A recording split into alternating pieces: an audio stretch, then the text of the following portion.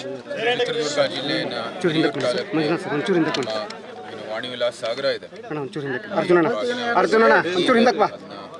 ಇವತ್ತು ಪೂರ್ಣಗೊಂಡಿದೆ. ವಿಷಯ ಸಮಸ್ತ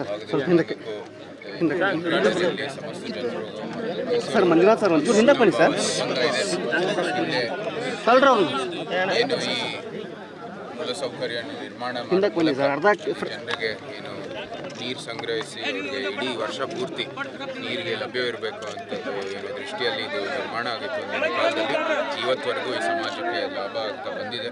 ಆ ನಿಟ್ಟಿನಲ್ಲಿ ಯಾವತ್ತೂ ಒಂದು ನಿಕಟವಾದ ಸಂಬಂಧ ಇದೆ. ಅದರ ಒಂದು ನಿಟ್ಟಿನಲ್ಲಿ ಇವತ್ತು ಬಾಗಿನ ಕೂಡ ಬಂದಿದ್ದೀವಿ.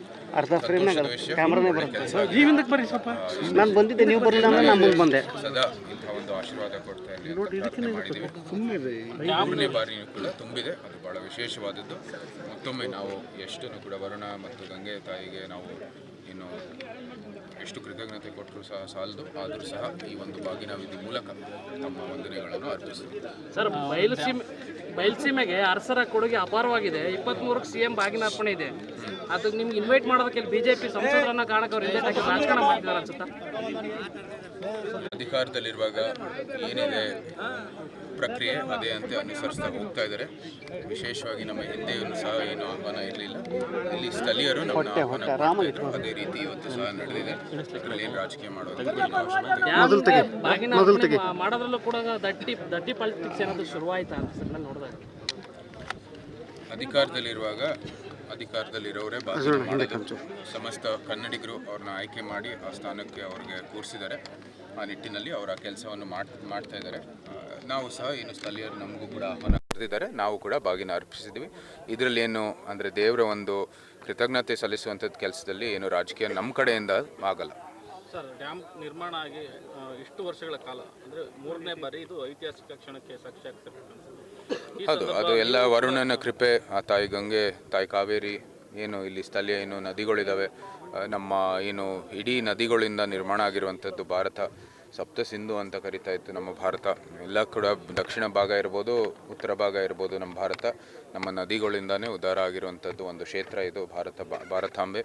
ಆ ಭಾರತಾಂಬೆಯಿಂದಾನೇ ಉದ್ಭವ ಆಗಿರುವಂಥದ್ದು ಕನ್ನಡಾಂಬೆ. ಸೊ ಆ ನಿಟ್ಟಿನಲ್ಲಿ ನಾವು ಯಾವತ್ತೂ ನಮ್ಮ ನದಿಗಳಿಗೆ ಕೃತಜ್ಞತೆಗಳನ್ನು ಸಲ್ಲಿಸಬೇಕಾಗಿದೆ. ಈ ಬಾಗಿನ ಒಂದು ವಿಧಿ ಅದಕ್ಕೆ ಆ ಕೆಲಸವನ್ನು ಮಾಡಿದ್ದೀವಿ. ಅದೇ ರೀತಿ ಮುಂದೇನೂ ಸಹ ಬರೋ ವರ್ಷಗಳಲ್ಲಿ ಆ ತಾಯಿಯ ಆಶೀರ್ವಾದ ಇರಲಿ ಅಂತ ನಾವು ಪ್ರಾರ್ಥನೆ ಮಾಡ್ತೀವಿ. ಸರ್, ಬಿಜೆಪಿಯಲ್ಲಿ ಬಣ ರಾಜಕೀಯ ಮುಂದುವರಿತಾ ಇದೆ. ಇದರಿಂದಾಗಿ ತಮ್ಮ ಪರಿಸ್ಥಿತಿ ಹೇಗೆ? ಯಾಕಂದರೆ ಬಿಜೆಪಿ ಸಿದ್ಧಾಂತ ಒಪ್ಪಿ ನೀವು ಕೂಡ ಸಂಸದರಾಗಿ ಆಯ್ಕೆ ಆಗಿದ್ದೀರಾ. ಈಗ ಬಿಜೆಪಿಯಲ್ಲಿ ಬಣ ರಾಜಕೀಯ ನೋಡಿ ಏನು ಹೇಳ್ತೀರಿ? ಒಬ್ಬ ಏನು ಹೊಸದಾಗಿ ಆಯ್ಕೆಯಾಗಿರೋ ಸಂಸದರಾಗಿ ಏನು ಪಕ್ಷದ ಒಂದು ಕಾರ್ಯಕರ್ತರಾಗಿ ತಮ್ಮ ಚಟುವಟಿಕೆಯನ್ನು ಮುಂದುವರಿತಾ ಇದ್ದೀವಿ. ಮೇಲ್ಮಟ್ಟದಲ್ಲಿ ನಡೀತಾ ಇರುವಂಥದ್ದು ನಾವೆಲ್ಲರೂ ಕಾರ್ಯಕರ್ತರಾಗಿ ಅನುಭವಿಸ್ತಾ ಇದ್ದೀವಿ. ನಮಗೆ ಯಾವತ್ತೂ ಸಹ ಆಚೆ ಕಡೆ ಬಂದ ತಕ್ಷಣ ಒಗ್ಗಟ್ಟು ಒಂದು ಪ್ರದರ್ಶನ ಆಗಬೇಕಾಗಿದೆ. ಏನೇ ಇದ್ರೂ ಸಮಸ್ಯೆಗಳು ಪಕ್ಷದ ಒಂದು ಚೌಕಟ್ಟಿನಲ್ಲಿ ಪಕ್ಷದ ಒಳಗಡೆ ಅದರ ಚರ್ಚೆ ಆಗಬೇಕಾಗಿದೆ. ವ್ಯತ್ಯಾಸಗಳನ್ನು ಬಗೆಹರಿಸಿ ಮುಂದುವರಿಬೇಕಾಗಿದೆ. ಈ ನಿಟ್ಟಿನಲ್ಲಿ ನಮ್ಮ ನಾಯಕರು ಎಲ್ಲ ಮುಂದುವರಿತಾ ಇದೆ. ನಮಗೆ ಸಂಪೂರ್ಣವಾದ ವಿಶ್ವಾಸ ಇದೆ. ಏನೇ ಇದ್ರೂ ಅವ್ರು ಬಗೆಹರಿಸ್ಬಿಟ್ಟು ಮುಂದುವರಿತಾರೆ. ಪಕ್ಷದಲ್ಲೇ ನಿಮ್ಮ ನಾಯಕರುಗಳೇ ರಾಜ್ಯಾಧ್ಯಕ್ಷರು ಬದಲಾವಣೆ ಆಗಬೇಕು ಅಂತಕ್ಕಂಥ ಕೂಗು ಕೇಳಿ ಬರ್ತಾ ಇದೆ. ದೆಹಲಿಗೆ ಹೋಗ್ತಾರೆ, ಹೈಕಮಾಂಡ್ ಭೇಟಿ ಆಗ್ತಾರೆ. ಎಲ್ಲಗಳು ಸಹ ಅವರು ಬಗೆಹರಿಸಲಿಕ್ಕೆ ಕೂತ್ಕೊಂಡು ಮಾಡ್ತಾರೆ ಅಂತ ನಮಗೆ ಸಂಪೂರ್ಣವಾದ ವಿಶ್ವಾಸ ಇದೆ. ಕಾಂಗ್ರೆಸ್ನಲ್ಲೂ ಕೂಡ ಕುರ್ಚಿ ರಾಜಕೀಯ ನಡೀತಿದೆ ಸರ್. ನಾನಾಗಬೇಕು. ಎಲ್ಲ ಪಕ್ಷದಲ್ಲೂ ಸಹ ಇದು ನಡೀತಾ ಇದೆ. ಕುರ್ಚಿಗಳು ಕಡಿಮೆ, ಏನು ಅದರ ಆಕಾಂಕ್ಷಿಗಳು ಜಾಸ್ತಿ ಇದ್ದಾವೆ. ಸೊ ಇದು ಸಾಮಾನ್ಯವಾಗಿ ಎಲ್ಲ ಕಡೆ ನಡೆಯುತ್ತೆ. ಯಾರಿಗೆ ಒಳ್ಳೆ ಸಾಮರ್ಥ್ಯ ಇದೆ, ಯೋಗ್ಯತೆ ಇದೆ, ಅವರ ಕುರ್ಚಿಗೆ ಬರ್ತಾರೆ. ಈ ಸಮಸ್ತ ಜನರು ಸಹ ಅದಕ್ಕೆ ತೀರ್ಮಾನ ಮಾಡ್ತಾರೆ. ಅದು ಮುಂದೆ ಬರುವಂಥದ್ದು ಏನು ಭವಿಷ್ಯದಲ್ಲಿ ನಾವು ನೋಡ್ತೀವಿ. ಅದಾಗೆ ಅದು ಪರಿಹಾರ ಬಂದೇ ಬರುತ್ತೆ. ಗಾಂಧಿ ಭಾರತ ಅಂತ ಒಂದು ಹೆಸರಲ್ಲಿ ಸಮಾವೇಶ ಮಾಡ್ತಾರೆ. ಅದು ನಮ್ಮ ಮಾಹಿತಿಗೆ ಏನು ಸದ್ಯದಲ್ಲಿ ಬಂದಿಲ್ಲ. ಆದರೆ ಅವರು ಏನು ನಾವು ಇಲ್ಲಿ ಬಂದಿರುವಂಥದ್ದು ಕೆಲಸಕ್ಕಾಗಿ, ಇದು ಒಂದು ಬಾಗಿನ ಅರ್ಪಿಸೋಕ್ಕಾಗಿ, ಮುಂದೆ ಇದು ಸಂವಿಧಾನದ ಬಗ್ಗೆ ಒಂದು ಚರ್ಚೆ ಮತ್ತು ಅಲ್ಲಿ ಏನು ಯಾವ ರೀತಿ ನಮ್ಮ ಭಾರತದ ಸಮಸ್ತ ಜನರನ್ನು ದಿಕ್ತಪ್ಪಿಸ್ತಾ ಇರೋದು ಕೆಲಸ ಮಾಡ್ತಾ ಇದ್ದಾರೆ, ಅದ್ರ ಬಗ್ಗೆ ಒಂದಷ್ಟು ಸಂಪೂರ್ಣವಾದ ಒಂದು ಮಾಹಿತಿ ಕೊಡಲಿಕ್ಕೆ ಬಂದಿರೋದು.